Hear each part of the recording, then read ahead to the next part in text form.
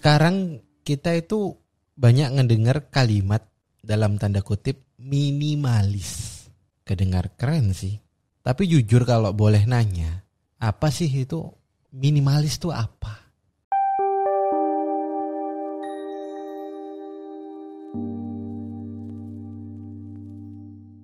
Menurut KBBI tahun 2008 ini istilahnya nih, yang sampai sekarang istilah itu masih dipakai.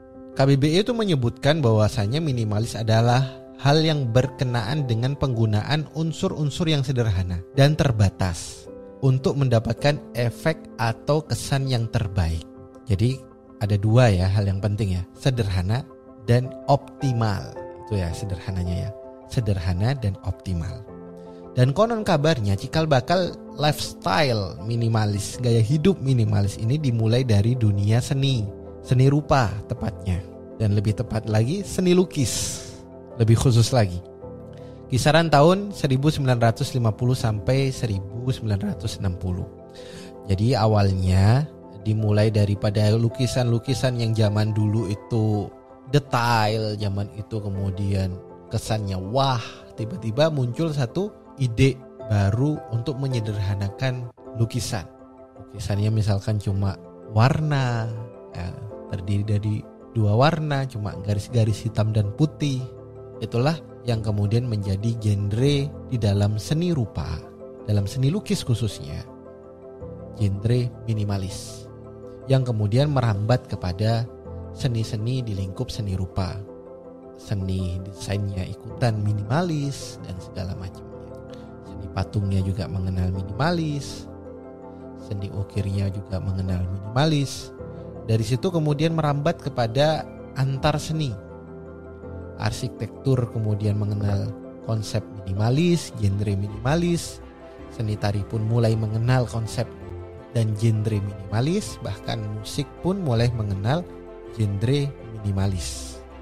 Dari seni kemudianlah tersiarkan minimalis itu ke dalam bidang dan aspek-aspek ilmu dan kehidupan manusia.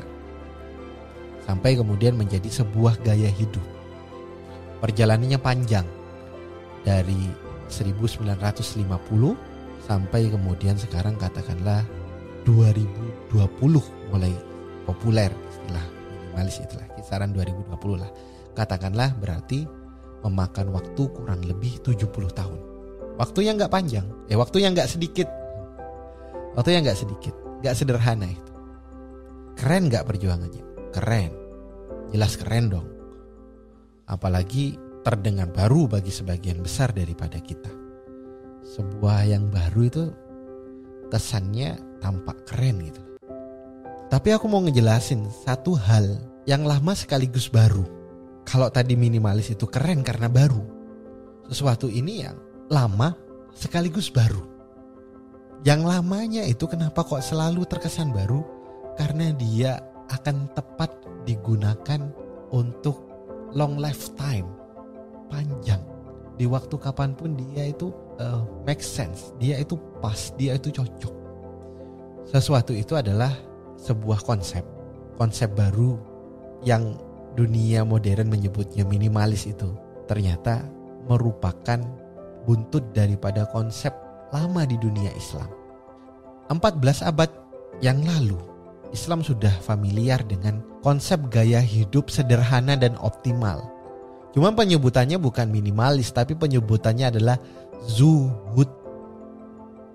Kalau Amerika baru merintis gaya hidup barat yang bernama gaya hidup minimalis sejak tahun 1960 atau 60 atau 50 ya, kisaran 50 dan 60.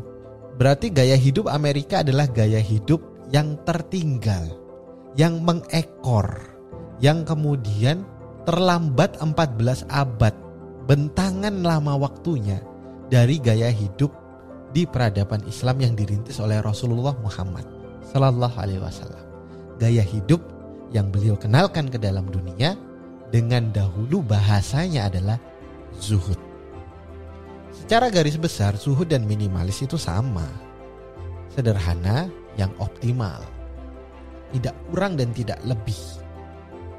Tapi manfaatnya maksimal. Namun jelas zuhud itu jauh lebih kompleks dan komprehensif ketimbang konsep minimalis. Karena kalau minimalis kita hanya akan ngebahas seputar gaya hidup di dunia, gak ngebahas gaya hidup setelah kehidupan di dunia.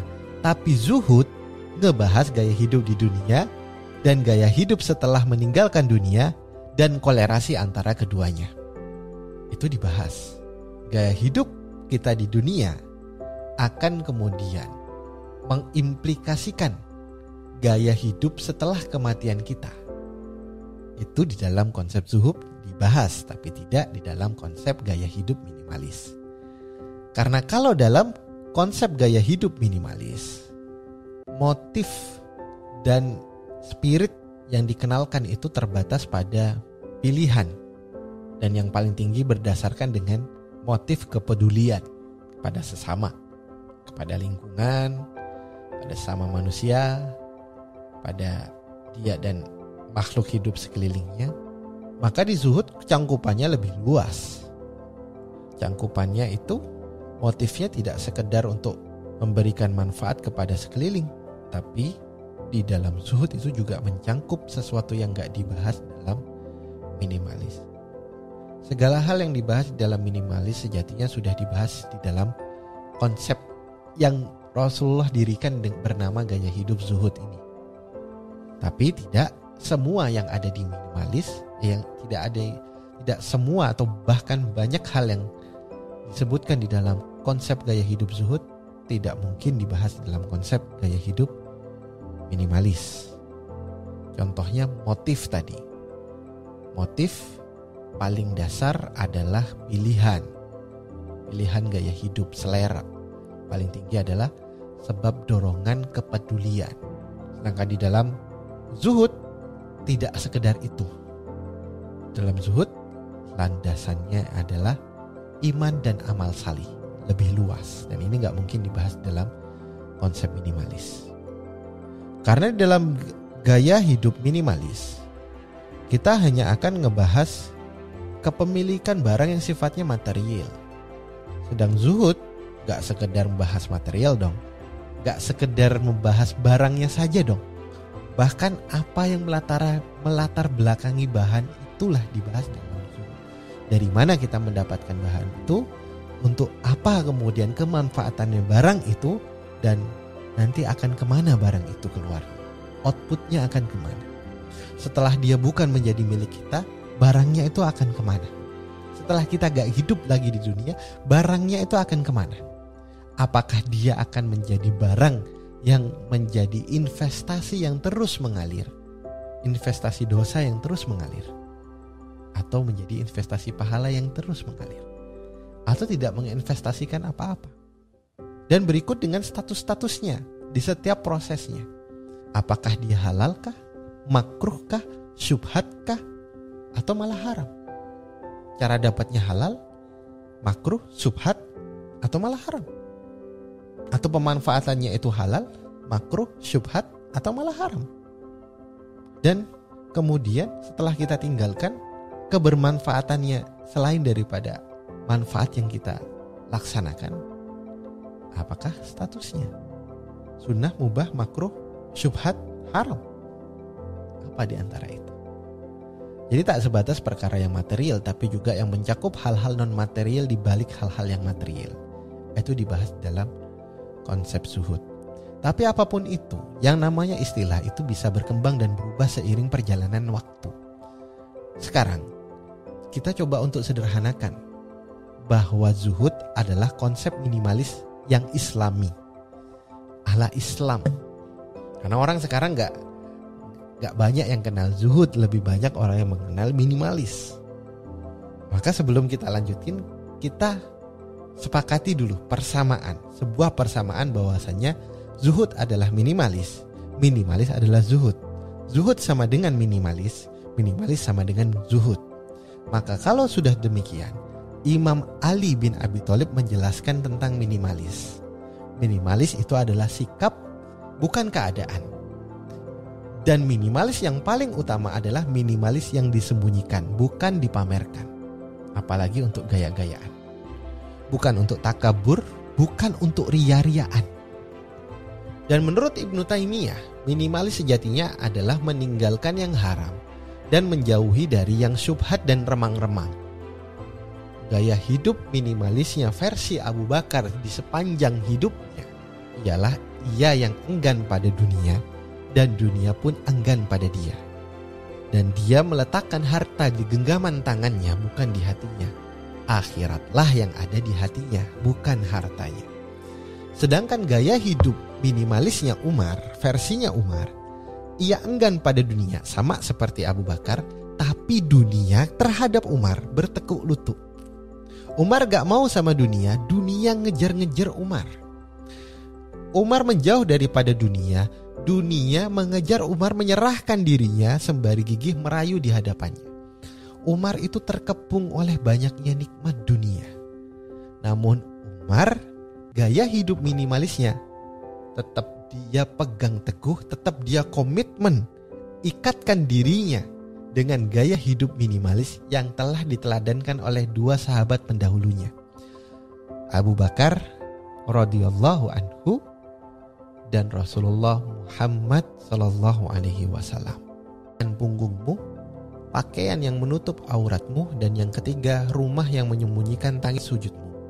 Tidak kurang dan tidak lebih daripada itu. Ingat konsep dasar minimalis sederhana dan optimal. Sederhana dan optimal hatta bagi Imam Malik, bagi Imam Ahmad di perkara-perkara yang fundamental bagi kehidupan manusia. Bahkan gaya makannya itu sederhana sekaligus optimal. Pola makannya sederhana sekaligus optimal. Tidak terlalu sederhana sehingga tidak mampu membuat kita tegak punggungnya, dan tidak terlalu berlebihan sehingga kita kekenyangan karenanya, berlebih-lebihan karenanya, atau memubadirkan makanan karenanya. Tapi dia sederhana, cukup, sehingga kita mampu menegakkan punggung, dan dari tegaknya punggung itu kita melanjutkan amal-amalan yang berikutnya. Yang kedua, pakaiannya sederhana sekaligus optimal, yakni menutup aurat, batas minimalnya, tidak kurang, sehingga pakaiannya kekurangan bahan sebagaimana style-style orang sekarang, kekurangan bahan atau berlebih-lebihan, sehingga kita misalkan perempuannya itu berpakaian dengan pakaian yang super ketat karena berlebih-lebihan dalam perkara memilih pakaian, atau pakaian yang justru menyusahkan, pakaian yang haram, pakaian yang menyerupai lawan jenis, pakaian yang unta dan lain sebagainya. Atau juga di dalam Islam itu ada peringatan untuk berlebih-lebihan dari istilah libasus suhroh, yakni pakaian yang tidak sesuai dengan tidak biasa, pakaian yang dipakai tidak biasa dengan uruf kebiasaan orang-orang setempat. Contoh pakaian yang tidak biasa, atau kita pakai style outfit yang memang gak biasa. Kita hidupnya di kampung, orang jarang pakai jam, bahkan karena gak mampu. Tiba-tiba pas kumpul RT RW, ada rapat RT RW, kita pakai jam Rolex yang harganya jutaan rupiah. Itu libasus suhroh. Atau kita katakanlah di sini kita terbiasa memakai sarung, tapi ketika di Arab memakai sarung itu menjadi hal yang tidak biasa karena itu adalah pakaian ketika di dalam rumah, bukan ketika di luar rumah. Dan itu bisa menjadi libasus suhroh. yakni libasus suhroh itu pakaian yang tidak umum, tidak normal. Sehingga dari pakaian itu kemudian memicu sebuah perhatian yang berlebihan. Dan dari perhatian yang berlebihan itu mengambil perhatian, kemudian kita tergiring kepada sifat sombong. Walaupun kita harus cermat menempatkan, karena ini adalah pembahasan yang di setiap tempat ukurannya berbeda. Karena setiap tempat atau budaya, kebiasaan setiap tempat itu juga berbeda. Libasus suhroh. Silakan dalami pembahasan itu masing-masing. Itu kata Imam Ahmad. Pakaian yang sederhana dan optimal adalah pakaian yang mampu menutup aurat. tidak lebih daripada itu. Bukan rumah yang terlalu sempit sehingga kita tidak bisa menegakkan sholat karena berdiri pun susah. Tapi rumah yang bisa menyembunyikan tangis ketika bersujud. Dan khusus untuk pembahasan rumah, selama kita mampu mengkonversi rumah itu menjadi sebuah amalan dan pahala, maka Nabi menyebutkan khusus untuk rumah menjadi salah satu bagian bentuk kebahagiaan selama di dunia adalah rumah yang lapang, matan yang bisa membuatmu menyatakan yang benar itu benar tanpa takut serta menolong yang lemah tanpa ragu. Dan bagi Ali sekali lagi, minimalisnya pengusaha adalah tampilkan nikmat Allah kepada yang lain agar mereka terilhami, terinspirasi, terhikmahi dan termotivasi berkat tampilan kita dan gaya hidup kita. Sedang minimalisnya bagi penguasa adalah jauhi kemewahan dan buang jauh segala bentuk kenikmatan sebisa mungkin. Menyederhanakan segala bentuk semaksimal mungkin. Segala bentuk kenikmatan semaksimal mungkin. Agar apa? Agar yang lain tidak tersakiti. Agar yang lain tidak mencurigai. Agar yang lain tidak jatuh terhadap fitnah. Itu minimalisnya penguasa. Sederhananya penguasa. Gaya sederhananya penguasa itu bukan pakaian yang polos atau jalan kaki ketika dia bekerja. Tidak.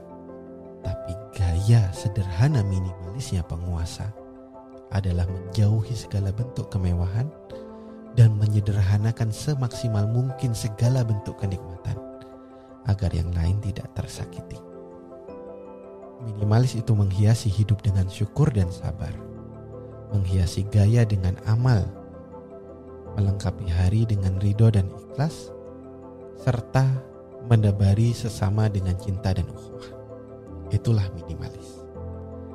Dan minimalisnya baginda Nabi Muhammad SAW adalah ketika beliau dihadiahi oleh wanita Ansor selembar kain, yang kain itu lebar sehingga dengan kelebaran itu bisa dilipat menjadi 2 lapis, dengan harapan tempat baringnya Nabi Muhammad itu lebih empuk daripada tempat tidurnya sebelumnya. Karena wanita Ansor itu menginginkan beliau tidur lebih nyaman di tempat yang bagi wanita Ansor itu tempat itu kurang nyaman. Ketika dia bermain di rumahnya Aisyah, dia melihat tempat tidurnya Nabi dan dia kemudian terdorong untuk menghadiahi Nabi sebuah kain yang bisa dilipat. Kainnya itu lebar, bisa dilipat. Maka Nabi SAW ketika melihat itu bertanya kepada Aisyah, "Apa ini wahai Aisyah?" Maka Aisyah pun menjelaskan, tadi ada seorang wanita Ansor datang ke sini setelah melihat tempat tidur engkau wahai Rasulullah. Beliau pun memberikan hadiah dengan maksud menggantinya dengan tempat yang lebih nyaman. Aisyah tidak masalah, justru Aisyah berterima kasih. Namun gaya hidup minimalisnya Nabi SAW ternyata sangat radikal. Nabi SAW kemudian mengatakan kepada Aisyah, kembalikan kain itu kepada wanita Ansor. Namun Aisyah menolak dong. Apa alasannya?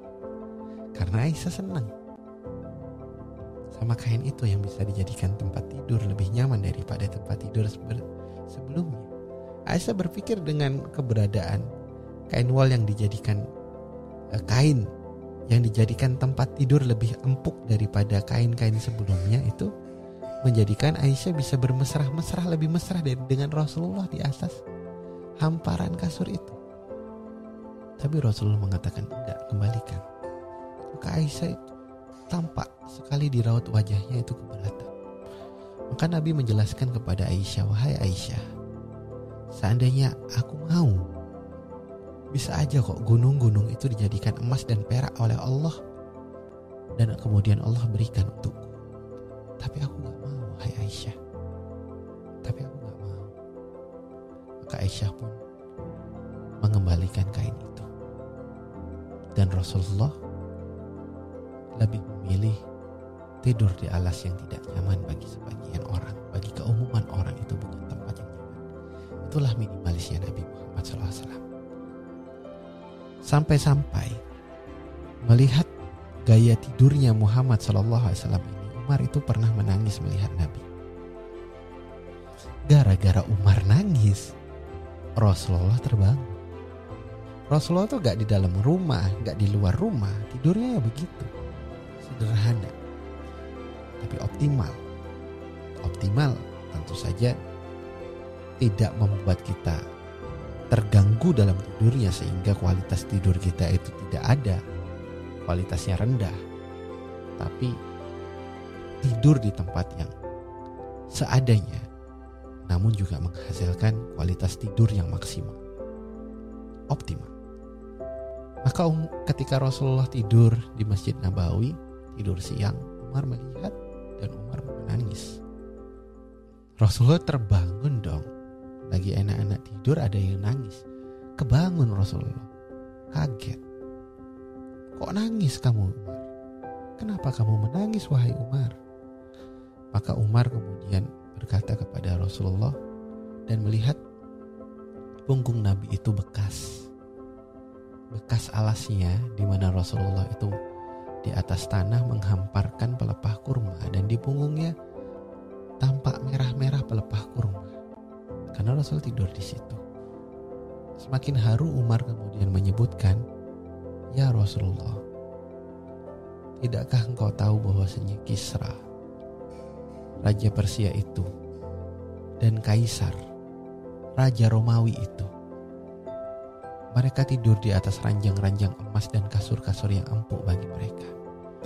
Pakaian mereka itu adalah pakaian-pakaian yang bagus, wahai Rasulullah. Bukan pakaian tipis. Yang karena pakaian tipis itu kita tidur, ada tonjolan sedikit ngecap di kulit kita, ngecap di bekas di punggung kita. Dan alasnya juga empuk. Ranjangnya aja dari emas. Kasurnya pasti tebal, nyaman. Sedangkan mereka Kisra dan Kaisar itu tidak lebih mulia daripada Anda. Anda itu seorang Rasul. Tidakkah engkau meminta kepada Allah supaya setidaknya Allah mengkaruniakan kepada engkau tempat tidur yang layak, wahai Rasulullah, sehingga dengannya tidurmu itu berkualitas, nyaman. Dengan tidur yang nyaman itu engkau tidak merasa kurang tidur lagi, engkau bisa maksimal untuk beribadah. Maka Rasulullah pun memaklumi apa yang dikatakan oleh Umar, tapi Rasul tetap berprinsip dengan gaya minimalisnya beliau dan mengatakan, "Wahai Umar, apakah engkau tidak rela jika kenikmatan dunia ini diperuntukkan oleh mereka saja, diperuntukkan untuk mereka? Tidakkah engkau rela, wahai Umar, jika mereka hanya memperoleh dunia saja, kenikmatan dunia saja, sementara akhirat nanti menjadi bagian daripada kita?" Dan padahal perbandingannya, nikmatnya dunia dengan akhirat, perbandingan ketika kita mencelupkan satu telunjuk jari kita, kemudian diangkat, ada tetesan yang menempel di jari kita, itulah nikmat dunia. Dan hamparan samudera itu adalah gambaran nikmat akhirat. Maka Rasulullah bertanya, "Tidak sudikah wahai engkau Umar, nikmat dunia itu menjadi jatah mereka dan nikmat akhirat itu menjadi jatah kita?" Inilah minimalisnya Nabi Muhammad SAW, yakni minimalis yang menghiasi hidup dengan syukur dan sabar, minimalis yang menghiasi gaya dengan amal, minimalis yang melengkapi hari dengan ridho dan ikhlas, serta minimalis yang menebar sesama dengan cinta dan ukhuwah.